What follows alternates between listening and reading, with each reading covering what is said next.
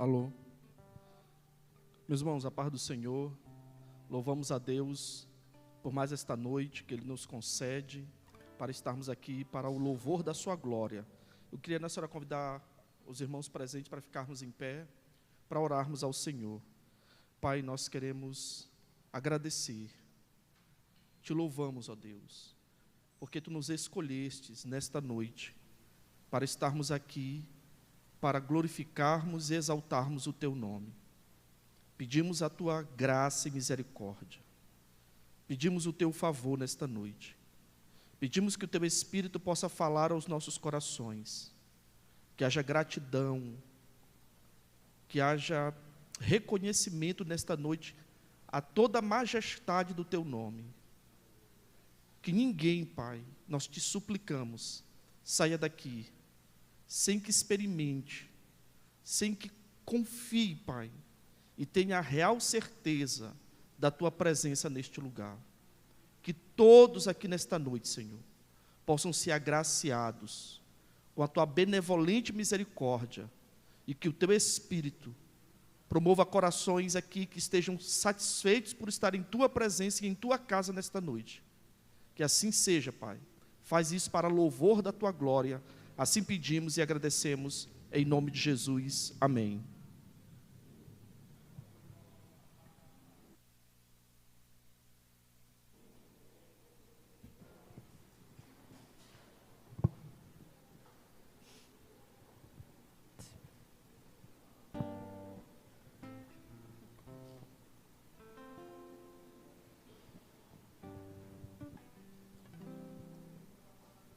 Pai do Senhor, irmãos, iremos cantar o hino de número 526.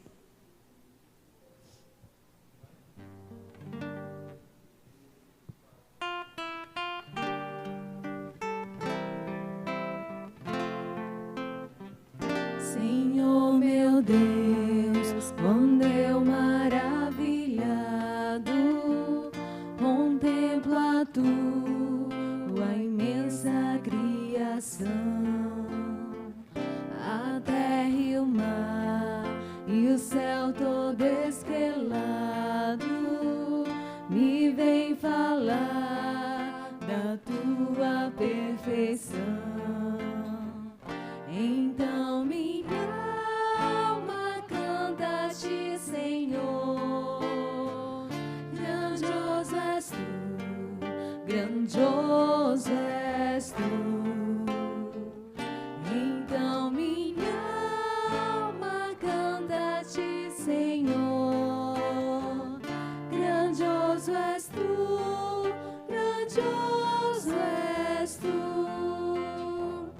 Quando as estrelas tão de mim distantes, vejo a brilhar um vívido esplendor. Relembro, ó Deus, as glórias cintilantes que meu Jesus deixou por meu amor. Então minha alma canta-te, Senhor, grandioso és Tu, grandioso és Tu. Então minha alma canta-te, Senhor, grandioso és Tu, grandioso és Tu. Olho as florestas murmurando ao vento, e ao ver que Tu plantaste cada pé, recordo a cruz, o lenho tão cruento, e no Teu Filho afirmo a minha fé. Então minha alma canta-te, Senhor, grandioso és Tu, grandioso és Tu. Então minha alma canta-te, Senhor, és tu, grandioso és tu. E quando penso que tu não poupaste teu filho amado por amor de mim, meu coração que nele tu ganhaste transborda, ó Pai, de amor que não tem fim. Então minha alma canta-te, Senhor, grandioso és tu, grandioso és tu. Então minha alma canta-te, Senhor, grandioso és tu, grandioso és tu. E quando Cristo amado meu voltando vier dos céus o povo seu buscar, no lar eterno quero jubilando a tua santa face contemplar. Então minha alma canta-te, Senhor, grandioso és tu, grandioso és tu. Então minha alma canta-te, Senhor, grandioso és tu, grandioso és tu.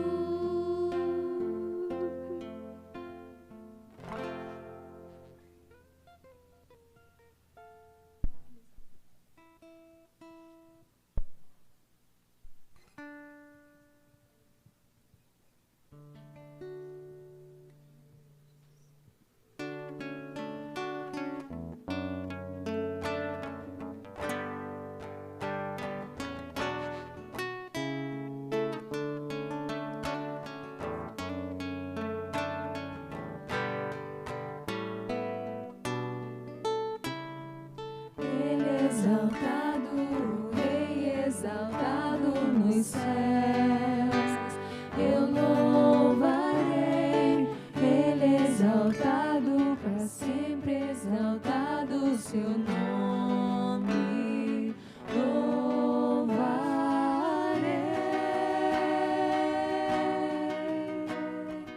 Ele é o Senhor, sua verdade vai sempre reinar. Terra e céu glorificam seu santo nome. Ele é exaltado, o Rei exaltado nos céus. Ele é exaltado, o Rei exaltado nos céus. Eu louvarei. Ele é exaltado, para sempre exaltado o seu nome, louvarei.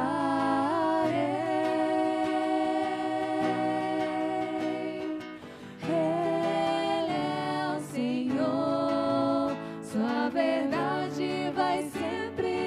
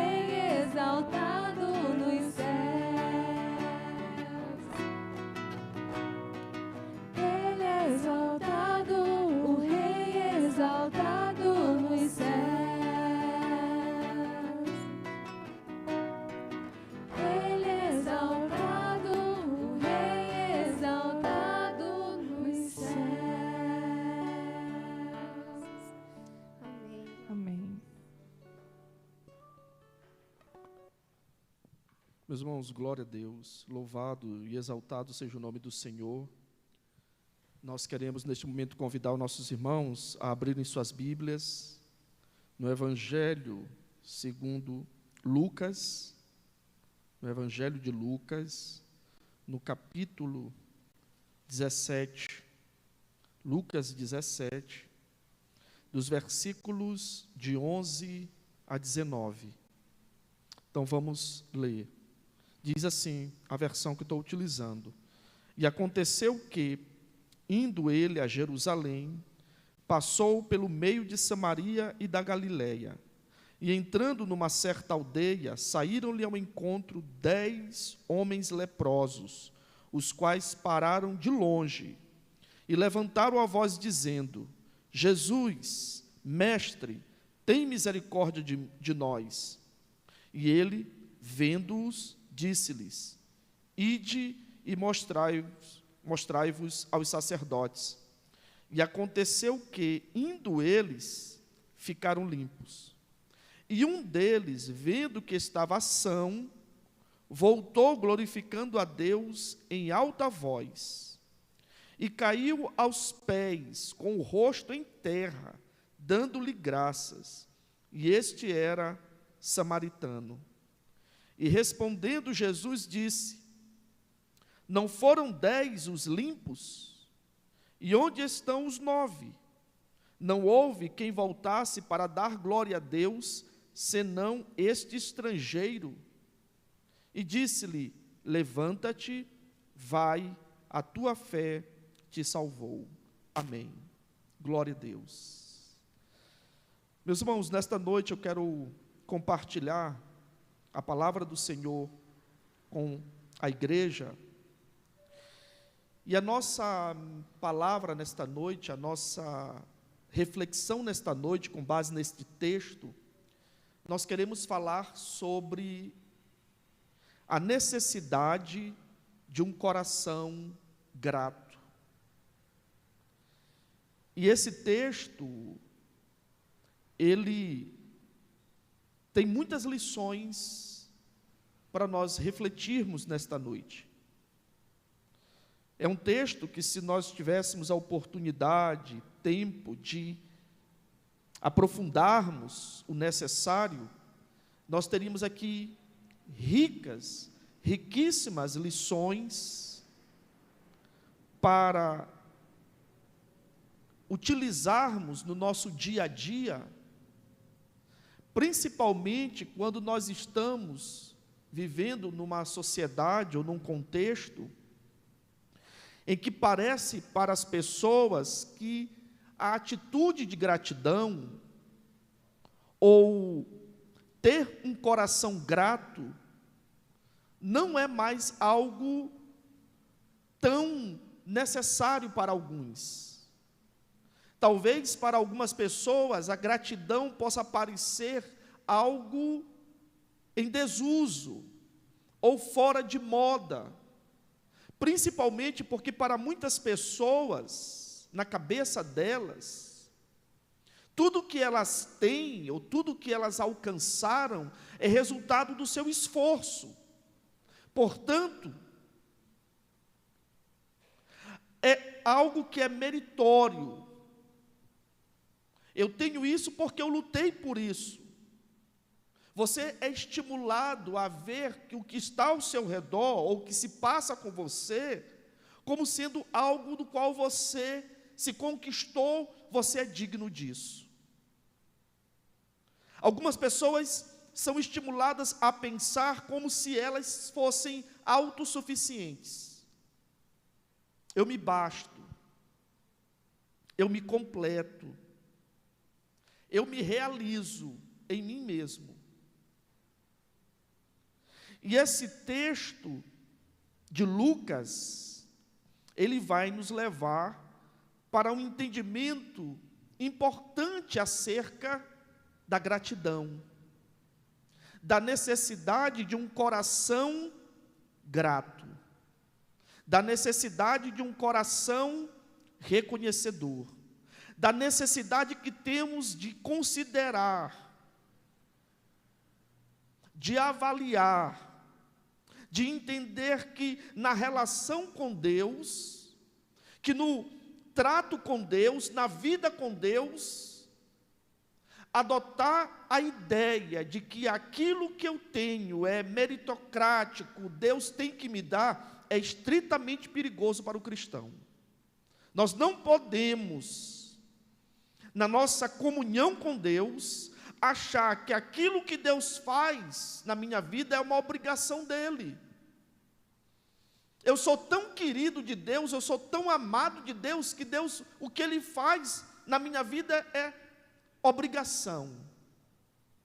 Talvez para alguns cristãos na atualidade, é quase como se ele dissesse assim: olha, Deus não fez mais do que Ele deveria fazer, Ele é Deus, e é meu Pai, portanto, logo, é como se aquilo que Deus fizesse por nós, como um ato da sua graça e misericórdia, do seu favor e da sua benignidade, não passasse por essa condição essencial de Deus. E é justamente por isso que esse texto, ele é tão rico, para nos trazer lições importantes acerca de entendermos que na relação com Deus, é Ele quem estabelece a forma, os meios e as condições para justamente estarmos na presença dEle. E o texto de hoje, o texto de Lucas, é um texto bem interessante, porque ele começa a narrativa dele dizendo que Jesus está indo para Jerusalém. Então, para alguns, Jesus está indo justamente no seu processo de realização do seu ministério, no seu chamado. Nós sabemos que Jesus está indo para Jerusalém. Só que nesse percurso de Jesus ir para Jerusalém, de Jesus estar se deslocando para Jerusalém, Jesus então, ali mais ou menos numa região fronteiriça entre Samaria e a Galileia, Jesus então, ele se deslocando nessa região fronteiriça, antes dele chegar a uma certa aldeia, que Lucas não diz o nome, ele diz que Jesus foi interpelado, gritaram por ele, chamaram, e esses que o chamaram eram 10 leprosos, que pedem, interessante isso, eles pedem a ajuda de Jesus. E eu refletia sobre isso, né? É interessante, muitas vezes, como a dor, ela nos ensina. E como a dor pode nos trazer lições importantes e necessárias, muitas vezes, para a maneira como nós nos aproximamos de Deus. Porque quando a gente olha para esse contexto dessa caminhada de Jesus para Jerusalém e desse encontro de Jesus com os 10 leprosos, nós podemos ver claramente que eles não chegam de forma arrogante, eles não chegam impondo, eles não chegam obrigando, mas o texto vai nos dizer que eles clamam, gritam, eles em voz alta chamam Jesus. Mas quando a gente olha com um pouquinho mais de cuidado, nós vamos poder perceber que, com certeza, aqueles leprosos, dado a notoriedade do ministério de Jesus, eles tiveram alguma informação. Eles sabiam quem era Jesus. E isso para a gente é importante. No momento da dificuldade, ou no momento da dor, no momento da luta, eu preciso saber de quem eu estou me aproximando. E se essa pessoa, ou de quem eu estou me aproximando, de fato pode me ajudar nesse momento. Quando a gente olha para esses 10 leprosos, possivelmente eles ouviram falar de Jesus e, consequentemente, eles acreditaram que Jesus era capaz de mudar a realidade deles. Eles talvez ali, quando viram Jesus, eles tiveram talvez assim uma ponta de esperança, acreditando assim: poxa, é hoje que a minha realidade pode mudar. Talvez quando eles avistaram e souberam que era Jesus, talvez naquele momento um estalo pode ter dado neles e disseram o seguinte: possivelmente, quem sabe não seja hoje, com esse encontro, que as coisas mudem. E é por isso que encontrar com Jesus é sempre importante e necessário, mas mais do que se encontrar com Jesus, é saber como eu vou me dirigir a Ele, como eu vou me lançar diante dEle. E aqui eles pedem ajuda. Eles sabiam que a condição que eles tinham como leprosos era uma condição estritamente desfavorável. Era tão complicada a situação deles, que o texto vai dizer aí, no versículo 12, e entrando numa certa aldeia, talvez Jesus ali já próximo da aldeia, saíram-lhe ao encontro 10 leprosos, os quais pararam de longe. Pela própria lei levítica, o leproso era um impuro.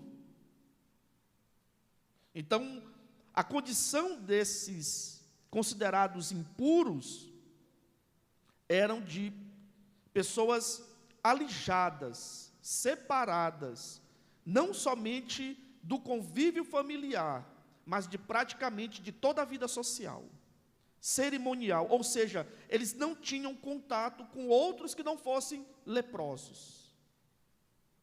Eram leprosos em contato com outros.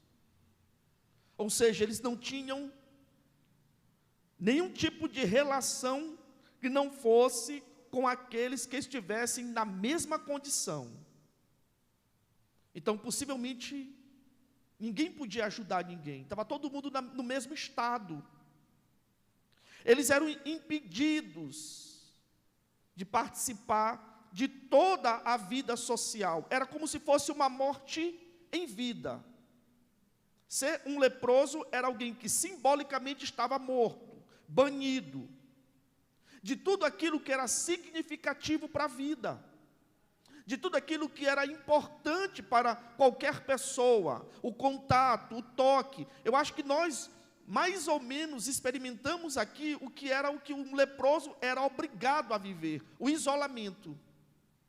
E todos nós que estamos aqui hoje, já conseguindo participar do culto público, durante esses meses que estivemos aí em isolamento social, vimos o quanto isso foi desgastante para alguns. Foi marcado por sofrimento por outros. E isso era a vida que os leprosos tinham. Eles estavam separados, alijados. Então, somente quem era um leproso sabia o que significava tudo aquilo. E é tanto que eles param, o texto, Lucas registra, diz, eles pararam de longe. Então eles não podiam se aproximar da cidade. Quando se aproximavam, eles tinham que gritar, impuro. Então isso para avisar as pessoas. Então, meus irmãos, essa era a condição a que esses homens, esses 10 homens, estavam submetidos. E aí, imaginem para qualquer um, que naquele dia estava ali aqueles 10 homens, que ouviram falar que Jesus estava naquele lugar, o que representava para eles a possibilidade da cura. Imagine você, vivendo uma realidade de total apartação social, familiar, cultica, religiosa, e diante de toda essa realidade difícil, um dia você acorda e descobre que alguém que pode lhe proporcionar a cura está bem próximo a você. Tenta imaginar, fazer assim um exercício. Imagina que quando aqueles leprosos tiveram a ciência assim, olha, Jesus está vindo. Jesus está chegando. Então, ali, talvez, para eles, era o grande momento, era a grande oportunidade, era a grande chance deles terem a vida deles transformadas. E aqui o texto, então, não nos diz, quer dizer, quem eram esses leprosos. Aqui, eles não têm nomes, eles não têm uma identidade própria, eles não têm uma história. Todos nós, muito ou pouco, temos uma história, temos uma identidade. Aqui não.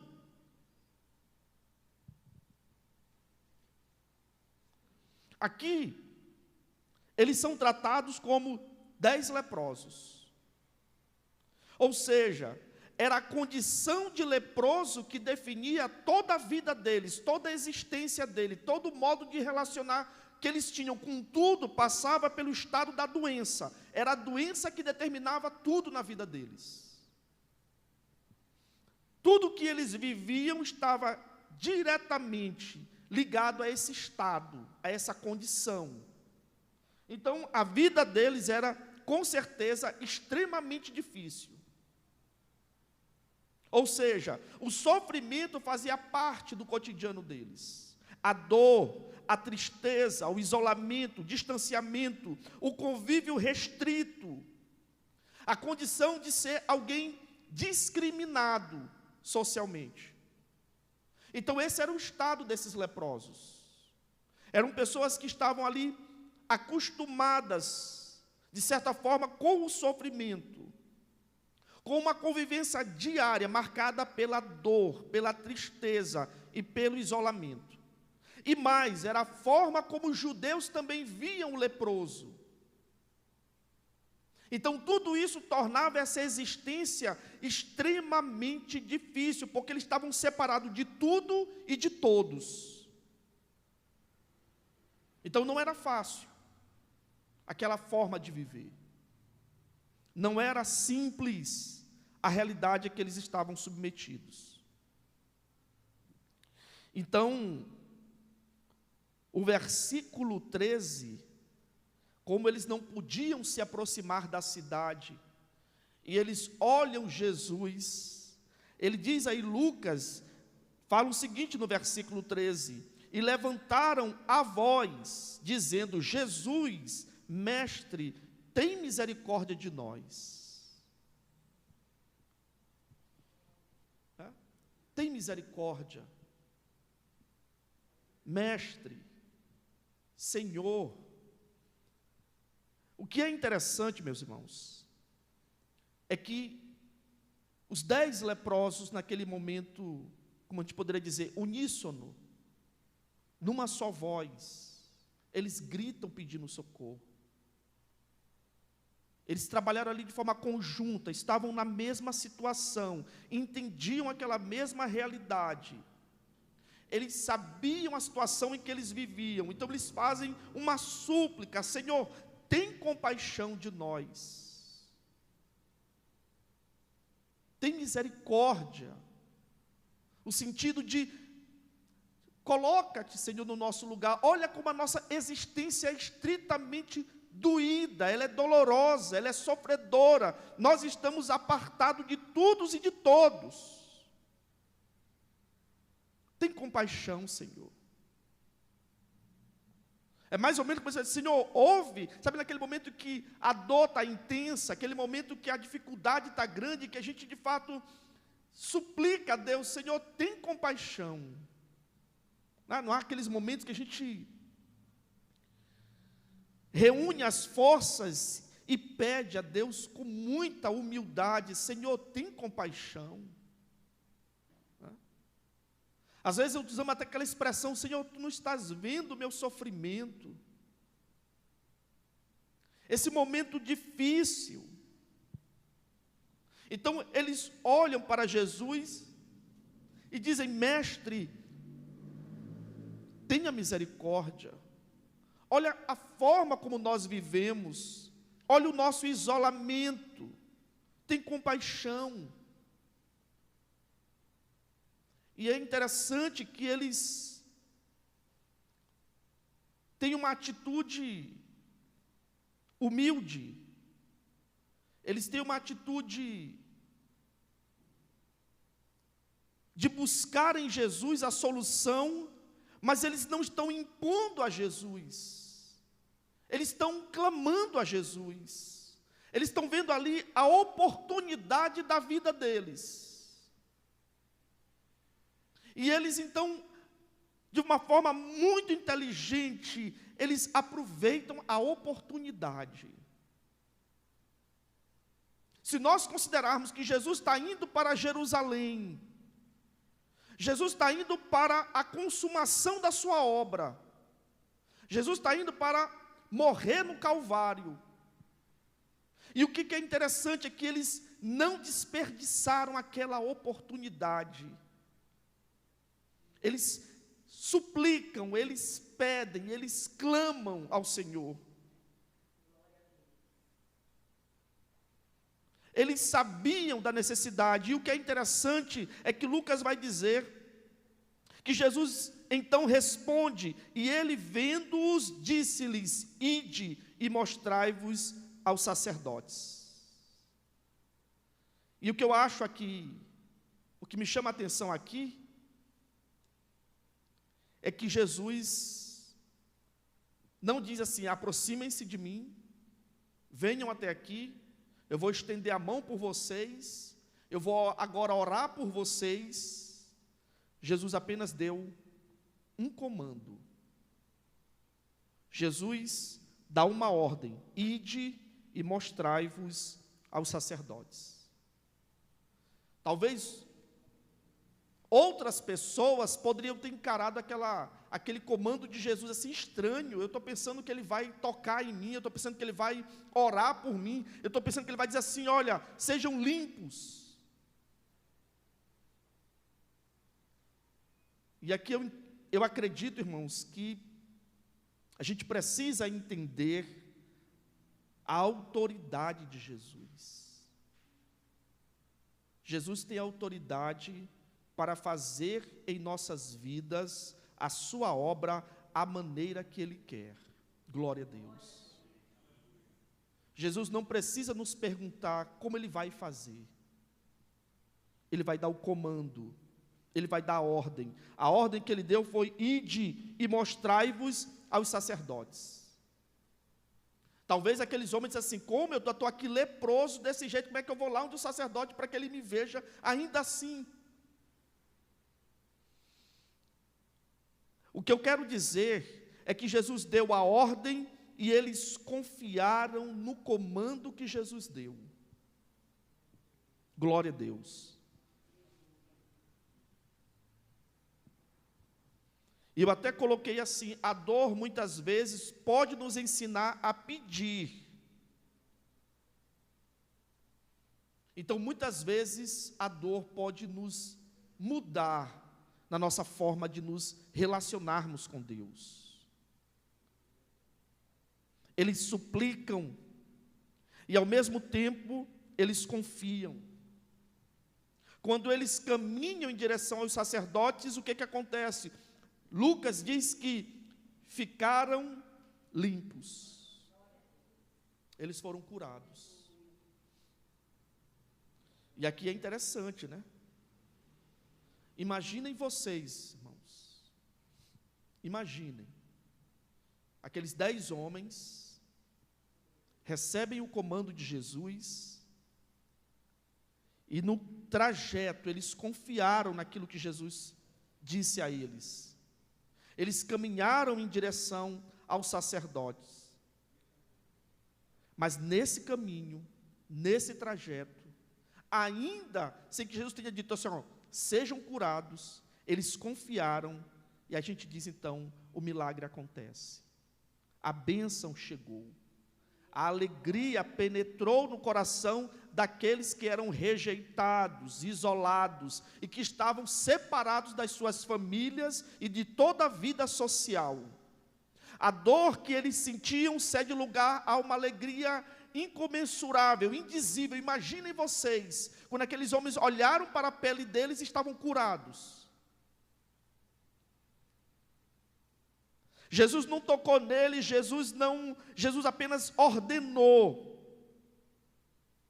E naquele momento então que Jesus dá ordem, que eles confiam na ordem de Jesus, aqueles homens então poderiam novamente se imaginar, voltando para suas casas, olhando seus familiares, abraçando talvez mulheres, filhos, parentes, amigos aos quais tantos anos, não se sabe, talvez estivessem afastados. Jesus dá a eles a oportunidade de uma nova vida. Jesus concede a eles a oportunidade de poderem voltar a terem as suas vidas, as suas identidades, as suas histórias resgatadas. É isso que Jesus faz. Jesus socorreu aqueles 10 leprosos, que suplicaram, que se voltam naquele momento de dor para o mestre. Então naquele momento eles suplicam, eles obedecem,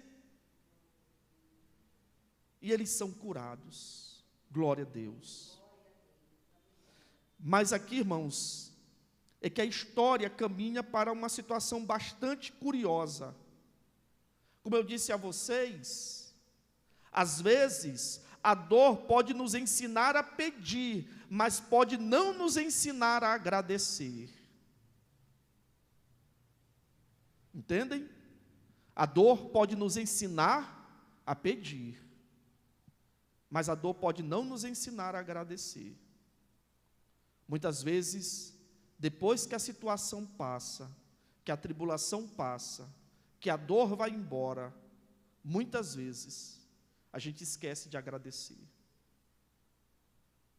Às vezes a gente consegue aquilo que tanto sonhamos, e quantas vezes nosso coração não pode se encher dizendo assim, mas isso aqui fui eu que conquistei, no final das contas fui eu que me esforcei, fui eu que fiz, fui eu que alcancei, fui eu que realizei. Se num primeiro momento eles pedem a ajuda e obedecem, a história nos mostra uma mudança drástica de sentido e de rumo. Porque Lucas vai dizer que dos 10 que foram curados, que um deles, vendo que estava são, voltou glorificando a Deus em alta voz. Então, dos 10, apenas um lembrou-se de quem havia realizado o milagre. Ele não deixou a alegria e o gozo momentâneo suplantar o reconhecimento daquele que fez o milagre. E muitas vezes, quando nós recebemos algo que gostamos tanto, quantas vezes vem a satisfação, a alegria de compartilhar com as pessoas, mas nos esquecemos da atitude mais nobre que o cristão tem que ter, agradecer a Deus. De dizer a Deus assim, Senhor, pelo menos assim, muito obrigado, Pai. Obrigado porque Tu mudou minha história, obrigado porque essa dor cessou, obrigado porque a lágrima parou. Obrigado porque a vitória chegou, porque uma bênção chegou. E muitas vezes compartilhamos com tanta gente, mas deixamos Deus de lado. Acabamos esquecendo de fazer como esse samaritano, que ele grita, ele se aproxima novamente, ele volta e cai aos pés, e com o rosto em terra, dando-lhe graças. Aquele samaritano, com certeza, ele deve ter naquele momento lembrado de todo o sofrimento que ele passou e que agora ele não mais passaria, mas ele não esqueceu de voltar, de fazer esse movimento de retorno para agradecer àquele que realizou o milagre. Glória a Deus. Voltar, agradecer, se humilhar. Diferente dos outros, aquele era um gesto estritamente revelador daquele que opta por ser grato, daquele que entende que a gratidão também é uma expressão de fé, daquele que confiou a Deus a sua causa e entendeu que na sua misericórdia e graça, Ele se estendeu para nós, Ele mudou a nossa sorte, Ele mudou a nossa vida, Ele nos deu vitória, e muitas vezes nós paramos no momento da alegria. Deixamos com que a alegria efusiva nos faça esquecer de voltar e agradecer humildemente, se prostrando, se colocando diante do Senhor e reconhecendo que Ele é bom e misericordioso. Glória a Deus. A atitude de gratidão é dizer a Deus: eu não consigo, eu não me basto, eu não sou suficiente. Foi tua graça que mudou minha história, foi tua ação que mudou a minha vida, foi ela que mudou tudo, ela que trouxe alegria. Eu vou poder voltar para a minha família, eu vou voltar para a minha casa, eu vou voltar para os meus, eu vou me reunir com as pessoas. A minha história mudou, porque Jesus deu um comando, eu obedeci, mas a graça dele mudou a minha história. Glória a Deus. É isso, meus irmãos. É ter um coração grato, significa dizer: Senhor, eu não consigo, mas a tua misericórdia se fez presente na minha vida. O Senhor trouxe a solução, o Senhor trouxe a bênção, o Senhor mudou a minha sorte. E é interessante porque Jesus faz algumas perguntas, né? Só volta o samaritano. E Jesus então diz: mas não foram 10 os limpos? E onde estão os 9? Será que aqueles homens também não tiveram a condição de entenderem o que havia acontecido naquela hora? Aqui, meus irmãos, o texto não diz para a gente se eram judeus ou se não eram judeus, mas a expressão de surpresa de Jesus por aquele samaritano talvez nos indique alguma coisa. A expressão de surpresa de Jesus, como dizendo assim: vem cá. Enquanto eu acreditei que talvez ali entre aqueles 10, talvez tivesse algum judeu, e como judeu e talvez um bom conhecedor de quem era Jeová, talvez tivesse tido a mesma atitude daquele samaritano que supostamente, normalmente eram tratados com desprezo pelos judeus. Então, o que Lucas está nos dizendo aqui, é justamente mostrando que ter coração grato não tem a ver com a origem da pessoa. A nacionalidade dela, de onde ela vem, tem a ver com o interior. O que a gente precisa entender, o que estava ali em questão, é que a atitude daquele samaritano revelava alguém que tinha uma conduta, um caráter diferente dos outros 9. Porque ele foi capaz, ele compreendeu o que havia acontecido. Gratidão, meus irmãos, tem a ver com caráter. Tem a ver com um coração humilde, que jamais deixa de reconhecer quando é ajudado por alguém. Nós vivemos uma sociedade onde dificilmente as pessoas, elas querem ter essa atitude humilde, de dizer assim: meu irmão, muito obrigado por você ter me ajudado. Eu não sabia fazer isso daqui. Eu não entendia disso. Poxa, você me deu uma ajuda tão grande. Eu não quero o mérito daquilo que eu não fiz. Eu não quero honra daquilo que eu não tenho competência para fazer. E se alguém me ajudou, por que não honra quem honra? E muitas vezes nós nos prendemos, irmãos, a atitudes mesquinhas, pequenas, e trazemos e colocamos à tona atitudes que com certeza não são aquelas que um verdadeiro cristão deveria ter. Eu não sei tudo, e se alguém me ajudou e me ajuda, não há por que não reconhecer e ser grato por aquilo que alguém tem se disponibilizado a fazer. Nós precisamos entender a importância, meus irmãos, de termos um coração grato, de termos um coração reconhecedor. Precisamos entender que agradecer é uma questão de fé, mas é uma questão de caráter também, de um caráter que foi mudado, transformado, de uma nova criatura que sabe os seus limites, e que não tem constrangimento, que não tem nenhuma reticência em saber que alguém pode saber mais do que ele, e isso em nada importa. O importante é que, se cooperarmos para o crescimento da obra, se ajudarmos uns aos outros, isso será melhor para a expansão do reino de Deus. É por isso que Deus não deu talentos, todos os talentos para uma só pessoa. É por isso que nós somos um corpo, onde cada membro participa para que tudo seja feito para a glória de Deus.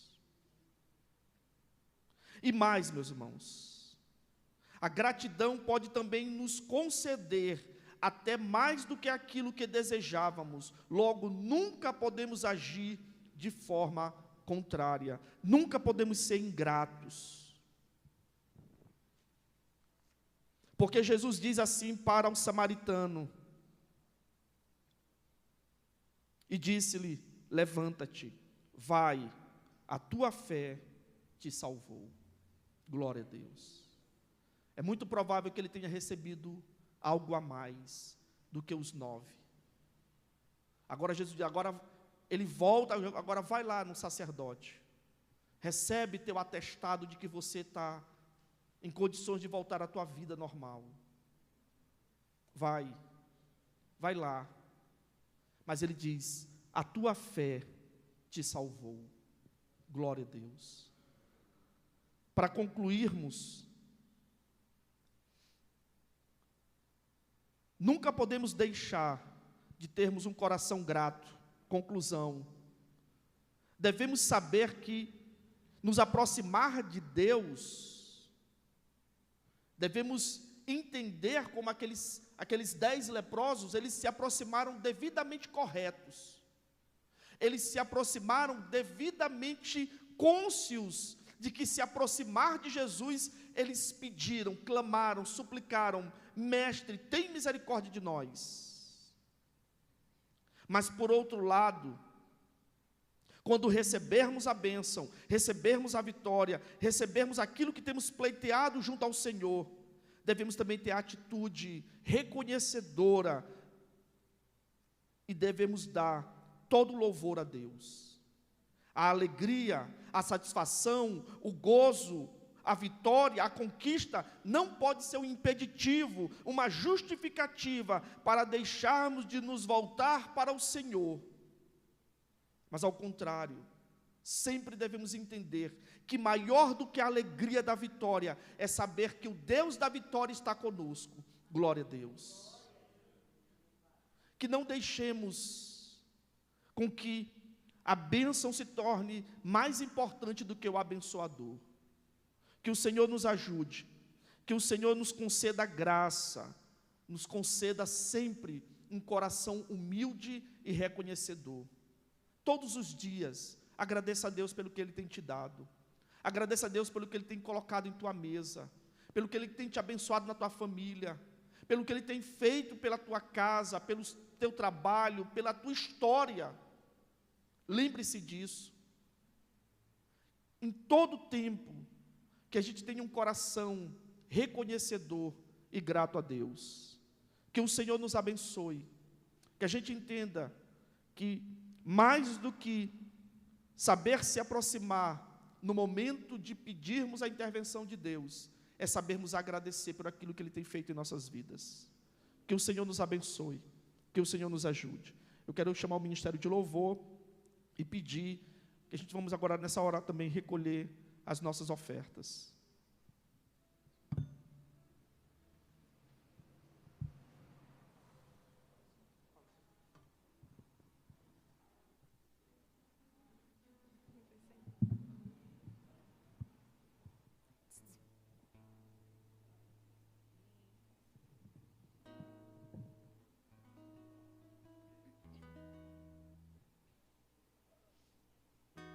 Aleluia.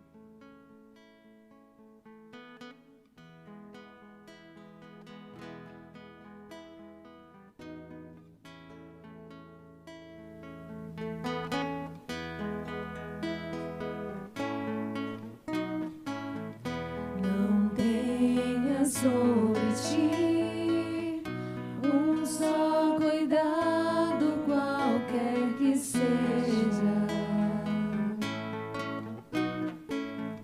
pois somente um seria muito para ti.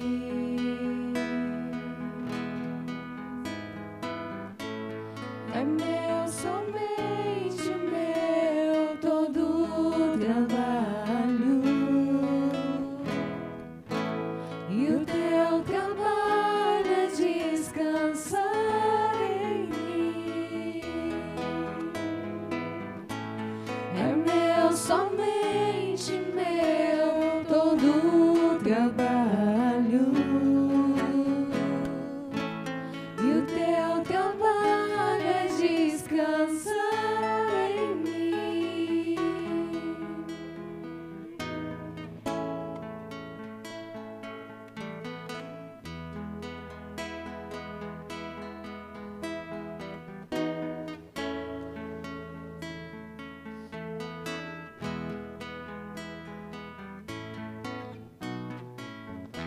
Não temas quando enfim tiveres que tomar decisão.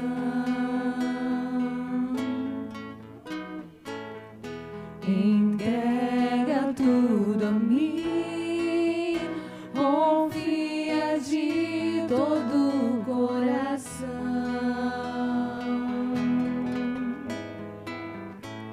É meu, somente meu, todo o trabalho,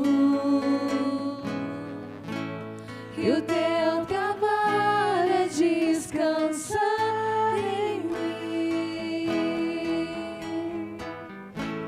É meu, somente meu, todo o trabalho, e o teu trabalho é descansar em mim. Aleluia.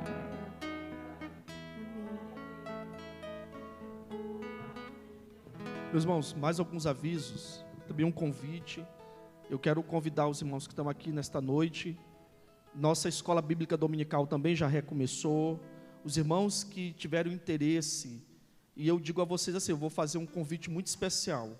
Nós estaremos estudando agora esse próximo trimestre, talvez para mim uma das cartas mais fantásticas que Paulo escreveu, particularmente, viu? A carta aos Efésios. Então, se fosse vocês, não deixaria de vir estudar uma das cartas, que é assim, uma preciosidade. Então, as lições estão aqui, os irmãos que queiram pegar lições. Então, nós estamos funcionando também a escola de 9 às 10 da manhã. Então, a partir do próximo domingo, nós vamos começar um estudo simplesmente fantástico de uma das cartas mais fascinantes, impressionantes e com muita riqueza que nós vamos descobrir ao longo desse próximo trimestre. Então eu quero convidar você, meu irmão, a vir no próximo domingo. Quem não tem a lição, a secretaria aqui tem lições para poder os irmãos fazer as aquisições. Então nós estamos convidando, não deixe de vir. Será um período assim fantástico para a gente crescer mesmo na graça e no conhecimento. e é uma carta que vai valer muito a pena nós estudarmos, principalmente no contexto em que nós estamos. Então eu quero convidar todos os irmãos que estão presentes, né, a igreja como um todo, a se fazer presente no próximo domingo. É a primeira lição do trimestre, então é aquela lição que nós vamos fazer todo o pano de fundo, todo o contexto histórico, tudo que envolve os elementos para a gente poder estudar a carta aos Efésios. Nós estaremos trabalhando aqui no próximo domingo. Então, irmãos, será um momento muito bom, e eu quero convidar os que estão presentes, a igreja como um todo, a se fazer aqui no próximo domingo, às 9 da manhã, para a gente poder estudar junto essa carta. Então, os irmãos que quiserem, podem ir à secretaria e pegar a sua lição, tá, meus irmãos? Ver lá direitinho, se acertar lá com o pessoal da secretaria, ver como é que é. Mas, com certeza, meus irmãos, não deixem de vir para a nossa escola bíblica, porque esse trimestre será um trimestre simplesmente impactante, eu diria para vocês. Vocês vão ver como é bom estudar a carta aos Efésios. Toda a escritura, com certeza, claro, é divinamente inspirada, meus irmãos, mas nós vamos ver como vai ser bom estudar a carta aos Efésios. Então, não deixe de participar, venha no próximo domingo, vai ser uma manhã assim, eu creio, em nome de Jesus, muito abençoada. Então, vamos nos colocar em pé para estarmos nesse momento orando, agradecendo a Deus. Senhor, nós queremos agradecer a Ti, Pai, agradecer por todos os benefícios que o Senhor em Cristo Jesus tem nos concedido. Queremos nesta noite, Pai, Te agradecer pelas nossas vidas, diante de todos os desafios que nós acompanhamos nesses últimos meses em nosso país e no mundo. O Senhor nos trouxe até aqui nos abençoou, o Senhor, até aqui o Senhor nos concedeu vitória, e nesta noite, em Cristo Jesus, nós queremos Te dizer, obrigado, Pai, obrigado por todos os benefícios, por tudo que Tu tens feito em nossa vida, por tudo aquilo que obtemos em Cristo Jesus, a nossa salvação, o Teu Espírito que habita em nós. Obrigado por esta noite, Pai. Obrigado por este domingo, Senhor, que tivemos o privilégio de estar em Tua casa e poder ouvir Tua palavra. Obrigado pela vida de cada irmão que está aqui, Pai, pela vida de cada um dos Teus filhos que se dispôs a estar aqui na Tua presença, para juntos louvarmos, aprendermos do Senhor nesta noite. Assim, Senhor, Te agradecemos, Pai. Te agradecemos por todas as vitórias obtidas, por tudo aquilo que Tu tens operado em nossas vidas, e continuamos crendo, Pai, que Tu és poderoso para fazer infinitamente mais. Assim, nos despede nessa hora em paz, leva-nos para os nossos lares, continua conosco, Pai, e dá-nos uma noite abençoada, em nome de Jesus. Amém.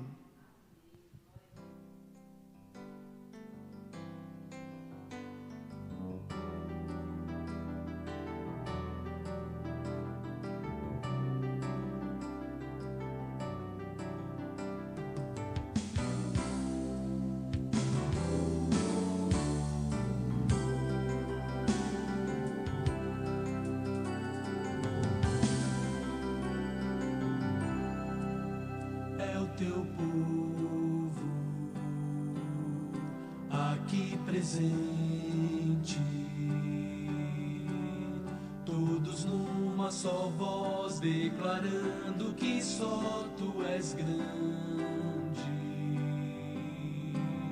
exaltamos Teu doce nome, pelo amor, pela cruz, por Teu Filho Jesus, pois és santo, sim, és digno de louvor e de ser adorado. És bondoso, Pai querido, dentre todas as coisas Tu és verdadeiro, Senhor.